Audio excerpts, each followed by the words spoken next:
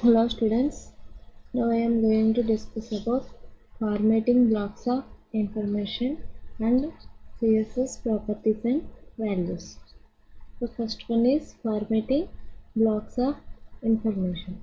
The HTML has two block formatting commands which are used to apply formatting to elements within page.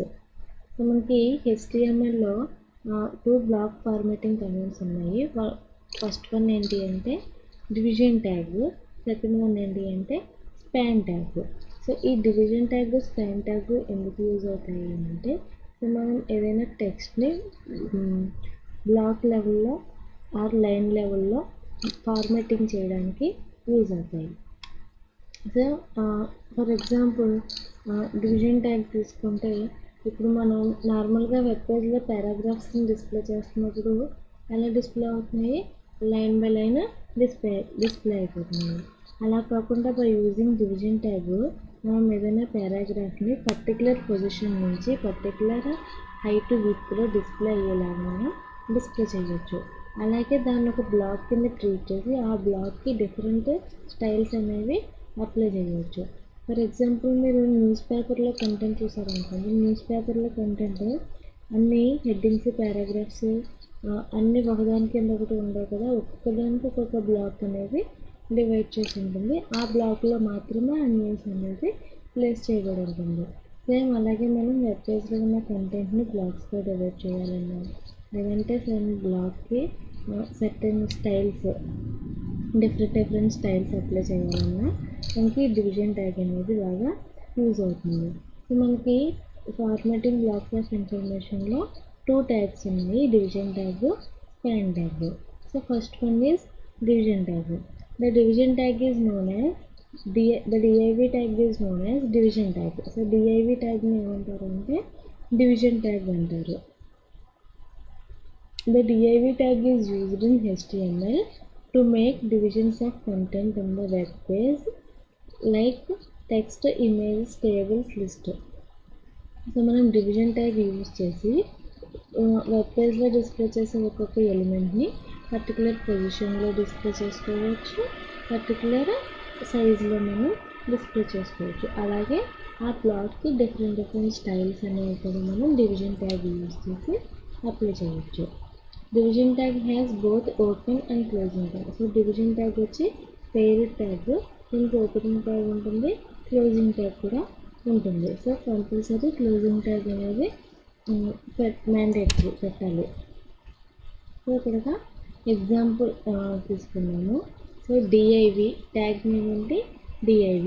So ఈ division ట్యాగ్కి attribute ఏంటంటే style attribute use చేస్తాము. So division ట్యాగ్ని block level tag అంటాం. ఎందుకు అంటే ఈ division tag use చేసి మనం బ్లాక్ లెవెల్లో స్టైల్స్ అనేవి అప్లై చేయవచ్చు. అంటే ఒక డివిజన్ని ఒక బ్లాక్ కింద తీసుకుంటే ఆ బ్లాక్లో ఉన్న కంటెంట్ అంతటికి మనం స్టైల్స్ అనేవి అప్లై చేయవచ్చు. So division style equal to, so ఈ స్టైల్ అట్రిబ్యూట్కి మనం ఏం ఇస్తాము అంటే ప్రాపర్టీస్ అండ్ వాల్యూస్ ఇస్తాం. సిఎస్ఎస్ ప్రాపర్టీస్, వాల్యూస్ ఇస్తాం. So position equal to absolute. So position equal to absolute అంటే పొజిషన్ అనేది ఫిక్స్డ్గా ఉండాలి, వేరియబుల్గా ఉండాలి. సో పొజిషన్ అనేది ఫిక్స్డ్గా ఉందనుకోండి దీన్ని రిలేటివ్ పొజిషన్ అంటాము, వేరియబుల్గా ఉంటే అబ్జల్యూట్ పొజిషన్ అంటాం. So position equal to absolute తీసుకున్నాం ఇక్కడ. Next left equal to left 100, top 100.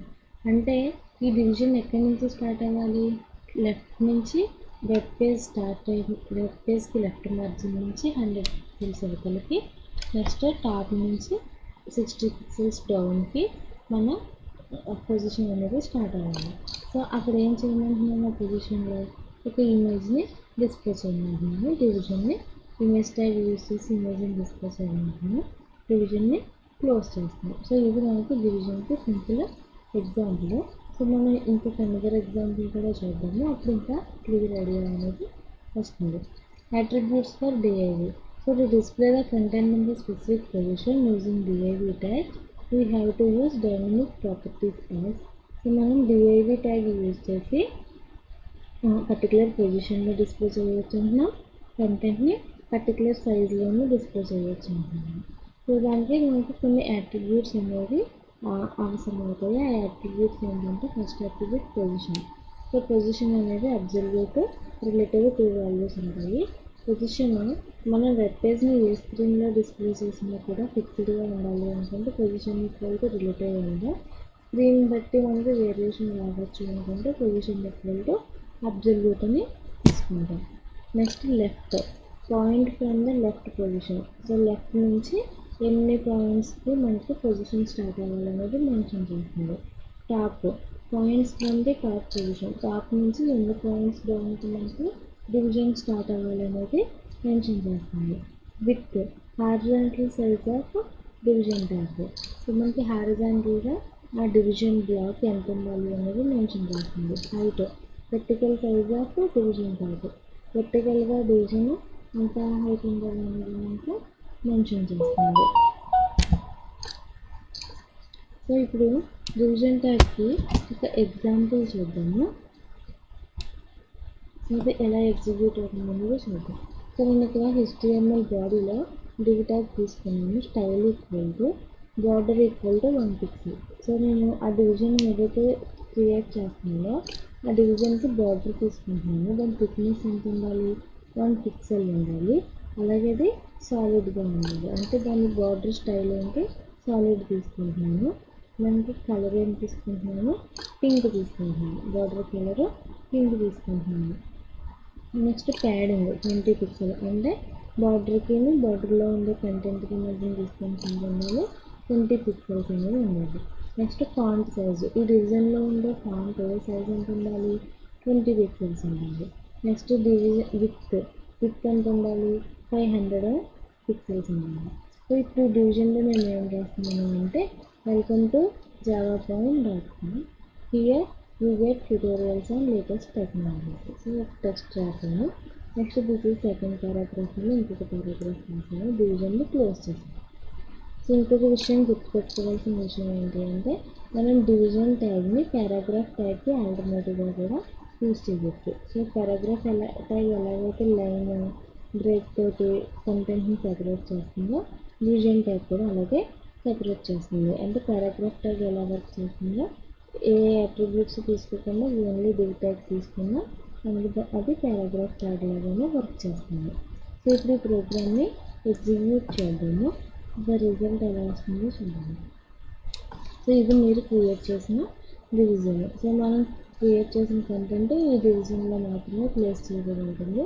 So ఇప్పుడు మీరు ఈ డివిజన్కి ఏవైనా స్టైల్స్ అప్లై చేయాలి అనుకుంటే మనకి డివిజన్కి అప్లై చేస్తే దాని లోపల ఉన్న కంటెంట్కి స్టైల్ అప్లై అవుతుంది. ఇప్పుడు చూడండి, నేను విత్ ఈక్వల్ టు ఎంత తీసుకున్నాను, 500 తీసుకున్నాను. సో ఇప్పుడు విత్ ఈక్వల్ టు 100 తీసుకుంటున్నాను. సేవ్ చేశాను. ఒకసారి బ్రౌజర్ దగ్గరికి వెళ్ళండి, మళ్ళీ రిఫ్రెష్ చేయండి వెబ్ పేజ్ని. చూడండి, ఇంతకుముందు విత్ ఈక్వల్ టు 500 తీసుకుంటే మనకి వెడల్పుగా వచ్చింది. ఇప్పుడు విత్ ఈక్వల్ టు 100 తీసుకున్నాను కాబట్టి మనకి దాని యొక్క షేప్ అనేది చేంజ్ అయ్యింది. అలాగే ఇప్పుడు ఇది పొజిషన్స్ ఏమీ ఇవ్వలేదు. నేను టాప్ పొజిషన్, లెఫ్ట్ పొజిషన్ ఏమీ ఇవ్వలేదు. మీకు పర్టికులర్ ప్లేస్లో డిస్ప్లే అవ్వాలనుకున్నారు అనుకోండి, అప్పుడు మనం పొజిషన్ కూడా మెన్షన్ చేయొచ్చు. ఇప్పుడు టాప్ ఎంత ఇస్తున్నాను అంటే 150 ఇస్తున్నాను. లెఫ్ట్ ఎంత ఇస్తున్నాను అంటే 200 ఇస్తున్నాను. సేవ్ చేసి ఒకసారి వెబ్ పేజ్ని రీఫ్రెష్ చేయండి. చేంజెస్ అనేది మీకు తెలుస్తుంది. మనం ముందేమీ పొజిషన్ ఇవ్వకముందు ఈ ప్లేస్లో ఉంది. పొజిషన్ ఇచ్చిన తర్వాత ఒకసారి సేవ్ చేయండి ప్రోగ్రామ్ని.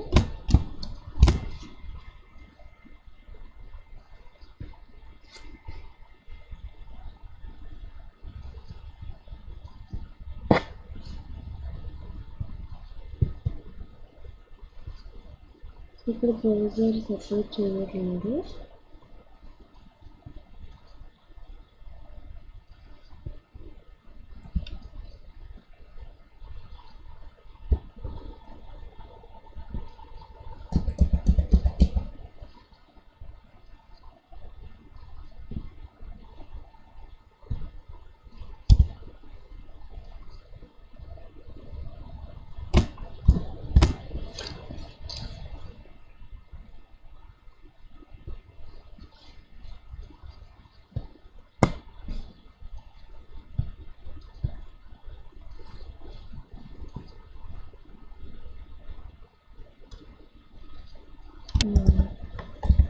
టాప్ వచ్చి 250 తీసుకున్నాను, లెఫ్ట్ వచ్చి 200 తీసుకున్నాను.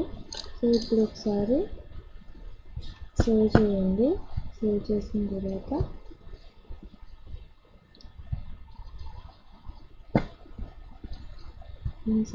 ఎగ్జిక్యూట్ చేయండి.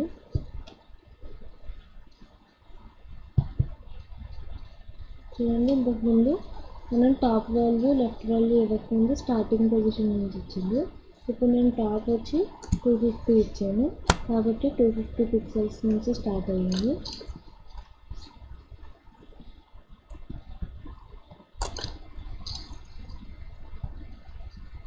నెక్స్ట్ లెఫ్ట్ వచ్చి 200 ఇచ్చాను.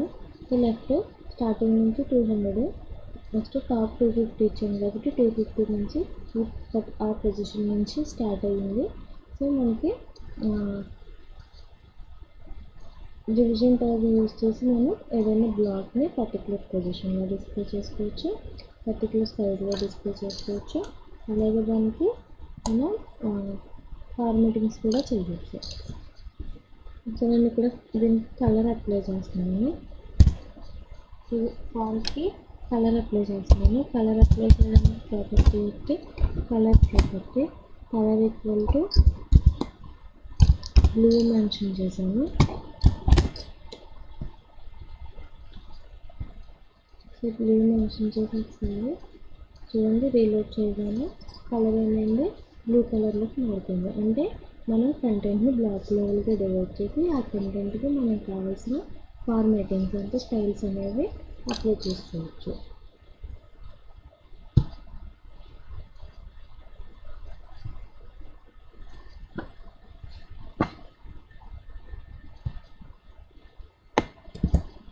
Next one, span tag.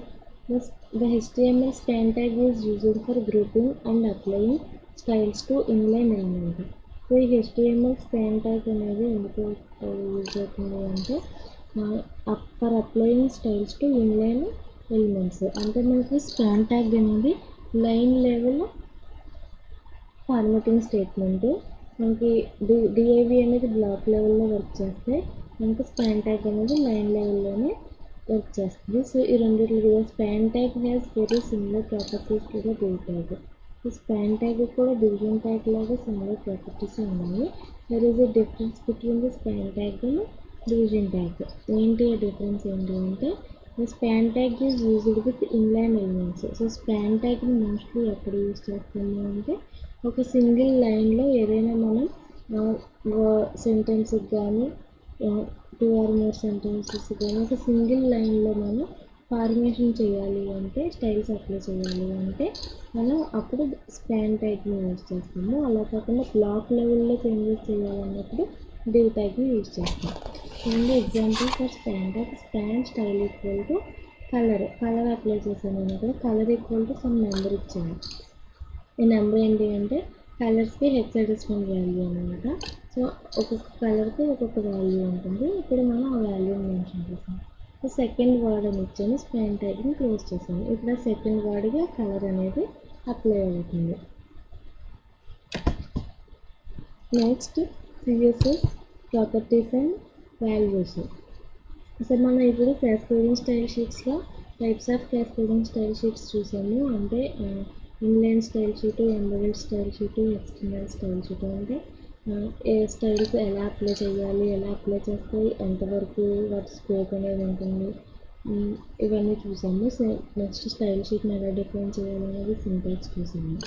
ఇప్పుడు ఏంటంటే some important properties and values. అంటే మనం సిఎస్ఎస్ డిఫైన్ చేయడానికి యూజ్ చేసే ప్రాపర్టీస్లో కొన్ని ప్రాపర్టీస్ అండ్ వాల్యూస్ని ఇప్పుడు మనం చూద్దాం. ద ఫాలోయింగ్ అయితే 7 ఫాంట్ ప్రాపర్టీస్ అవైలబుల్. సో ఇప్పుడు ఫస్ట్ ఫాంట్ ప్రాపర్టీస్ అన్నమాట. ఫాంట్ అంటే ఏంటి? టెక్స్టే కదా.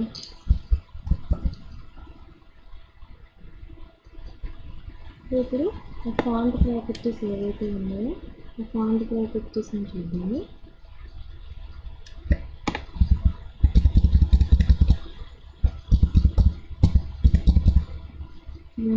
ఫస్ట్ ప్రాపర్టీ యొక్క ఫాంట్ ఫ్యామిలీ. అంటే ఫాంట్ ఏ టైప్ ఆఫ్ ఫ్యామిలీని ఫాలో అవ్వాలో మంచిగా ఉండొచ్చు. వ్యాలిడ్ వాల్యూస్ ఏంటి, టైమ్స్ న్యూ లైన్, కొరియర్, పెద్దన, హెల్వెటికా, ఏరియల్ ఇవన్నీ కూడా మనకి వ్యాలిడ్ వాల్యూస్. సో ఎలా యూజ్ చేయాలి సింపుల్ యూజ్ అంటే ఫాంట్ హైఫన్ ఫ్యామిలీ తర్వాత కాలం ఇచ్చి మీరు ఏదైతే వాల్యూ ఇవ్వాలనుకుంటున్నారో అదే వాల్యూని మెన్షన్ చేయాలి.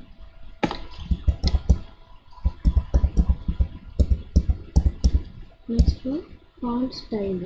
సో ఫాంట్ స్టైల్ అనేది ఏంటంటే మనం టెక్స్ట్కి ఇటాలిక్ స్టైల్లో డిస్ప్లే చేయాలి అనుకుంటున్నప్పుడు మనకి ఫాంట్ స్టైల్ అనేది యూజ్ అవుతుంది. సో ఫాంట్ స్టైల్లో పాసిబుల్ వాల్యూస్ ఏముంటాయి, normal, italic or oblique. So italic కన్నా ఆబ్లిక్ ఉన్నప్పుడు మనకి సేమ్ ఇటాలిక్ స్టైల్లోనే డిస్ప్లే అవుతుంది.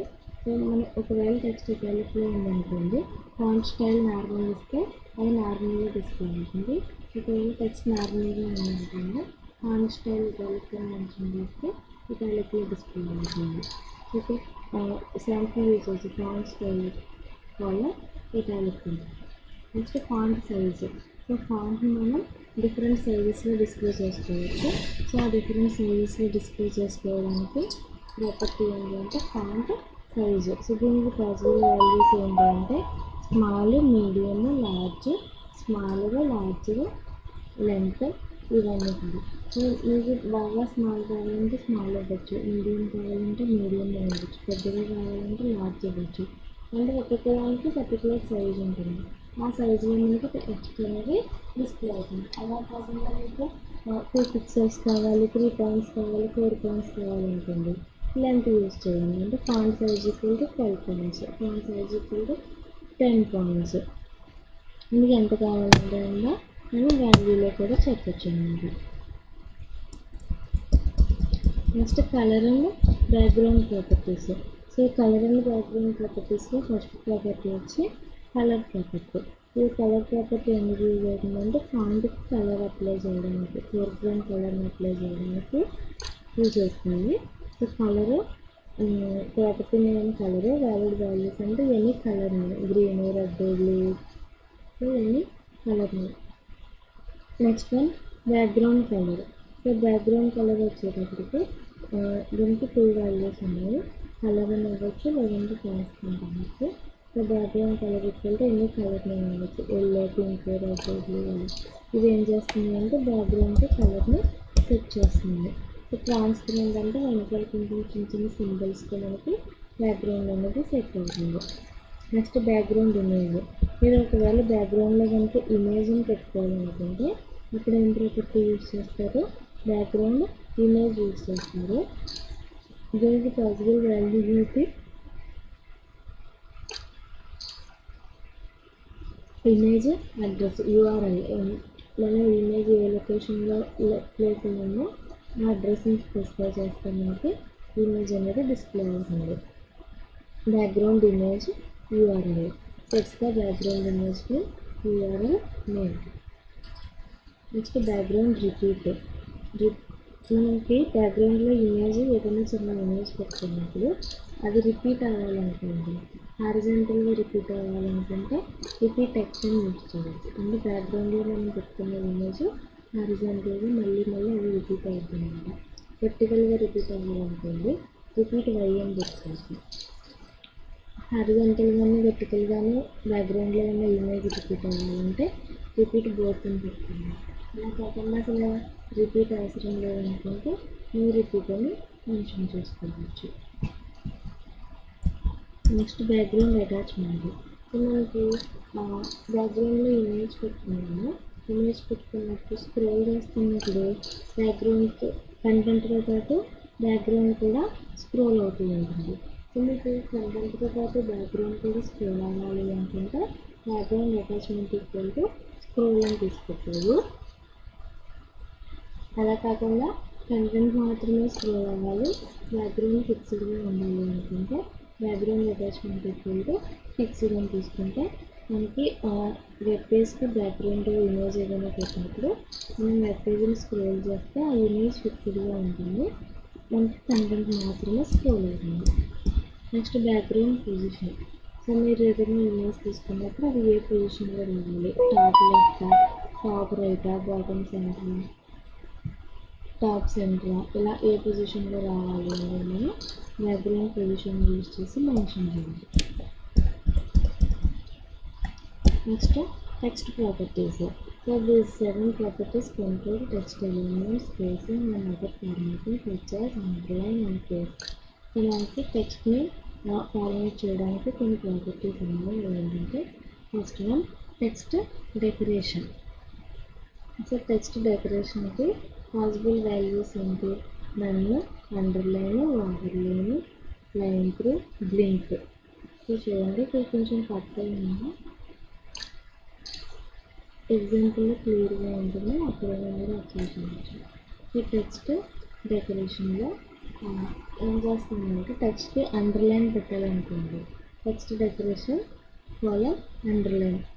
టెక్స్ట్కి ఓవర్లైన్ అంటే టెక్స్ట్కి పైన లైన్ రావాలనుకోండి, టెక్స్ట్ డెకరేషన్ ఓవర్లైన్ అని వాడేస్తుంది. అలా కాకుండా టెక్స్ట్ని స్ట్రైక్ అవుట్ చేసినట్టు కావాలనుకోండి, టెక్స్ట్ డెకరేషన్ లైన్ త్రూ అని ఇస్తారు. టెక్స్ట్ బ్లింక్ అవ్వాలనుకోండి, టెక్స్ట్ డెకరేషన్ బ్లింక్ అని ఇస్తారు.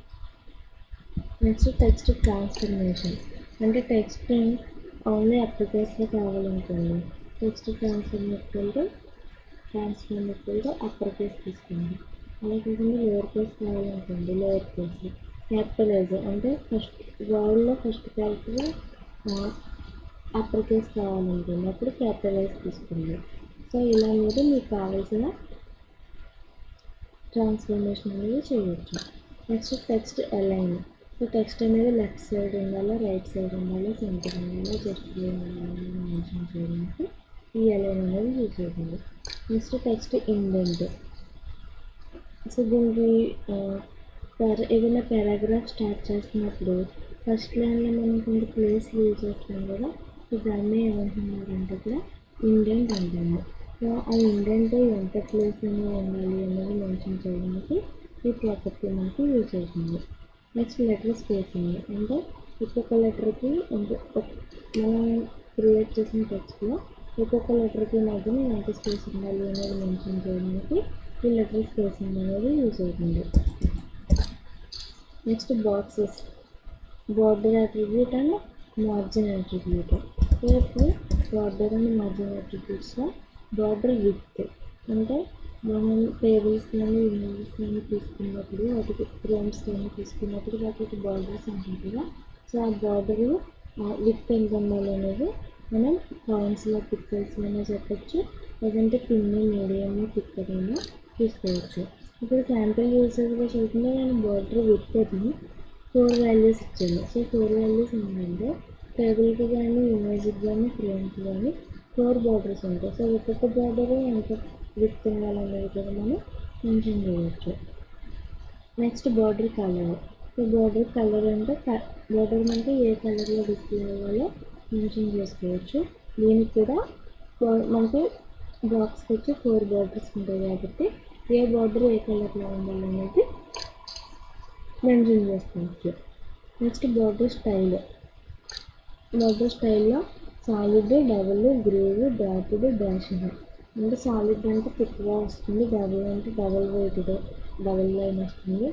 నెక్స్ట్ గ్రేవ్ అంటే సమ్ షేడ్ వస్తుంది, డాటెడ్ అంటే చుక్కలు చుక్కలు కింద వస్తుంది లైన్, డాష్డ్ అంటే డాష్ డాష్ కింద వచ్చినప్పుడు మనకి లైన్ అనేది వస్తుంది, బార్డర్లో లైన్ అనమాట. మీకు ఏ స్టైల్ కావాలంటే ఆ బార్డర్ స్టైల్ని యూజ్ చేసుకోవచ్చు. ప్యాడింగ్ అంటే space between cell and content. ఒక్కొక్క సైడ్ బార్డర్కి కంటెంట్కి ఎంత స్పేస్ ఉండాలనేది మెన్షన్ చేయవచ్చు. Next margin. సో ఈ మార్జిన్ యూజ్ చేసి మనం 4 సైడ్స్ మార్జిన్ని కూడా సెట్ చేసుకోవచ్చు. అలా 4 సైడ్స్ వద్దు, ఓన్లీ ఒక సైడ్ కావాలనుకుంటే ఓన్లీ టాప్ కావాలనుకోండి మార్జిన్ టాప్, బాటమ్ కావాలంటే మార్జిన్ బాటమ్, లెఫ్ట్ కావాలంటే మార్జిన్ లెఫ్ట్, రైట్ కావాలంటే మార్జిన్ రైట్. సో ఈ ప్రాపర్టీస్ యూజ్ చేసి మీరు ఎంత మార్జిన్ కావాలనేది సెట్ చేసుకోవచ్చు. Next one list properties. So list ప్రాపర్టీస్లో first one list style type. So ఇది యూజ్ చేసి మనం ఆ లిస్ట్ స్టైల్ అనేది డిస్క్ ఉండాలా, సెట్ ఉండాలా, స్క్వేర్ ఉండాలా, నెంబర్ ఉండాలా, ప్లేయర్ రోమన్ ఉండాలా, అప్పర్ రోమన్ ఉండాలా, లోయర్ ఆల్ఫా ఉండాలా, అప్పర్ ఆల్ఫా ఉండాలా, ఏ టైప్ ఆఫ్ లిస్ట్ ఐటమ్ ఉండాలి అనేది మనం మెన్షన్ చేయవచ్చు. Next list style image. So అంటే మనకి జనరల్గా అనార్డర్ లిస్ట్ తీసుకున్నప్పుడు డిస్ప్లే సర్కిల్ స్క్వేర్ అవుట్. అలా కాకుండా మనం ఏదైనా ఎడిషనల్గా సింబల్ పెట్టుకోవాలనుకుంటే అప్పుడు లిస్ట్ స్టైల్ ఇమేజ్ అనే ప్రాపర్టీ యూజ్ చేసి మీరు ఏదైతే ఇమేజ్ని సింబల్గా పెట్టుకోవాలనుకుంటున్నారో ఆ ఇమేజ్ అడ్రస్ ఇస్తే మనకి అనార్డర్ లిస్ట్లో ఆ సింబల్ అనేది మనకి డిస్ప్లే అవుతుంది. Next list style position. So అంటే మనకి లిస్ట్లో ఉన్న ఐటమ్స్ ఇన్సైడ్కి ఉండాలా అవుట్ సైడ్కి ఉండాలా అనేది మెన్షన్ చేయడానికి ఈ ప్రాపర్టీ అనేది యూజ్ అవుతుంది అన్నమాట. సో ఇది మనకి సిఎస్ఎస్లో ఉండే properties and values. Okay, thank you students.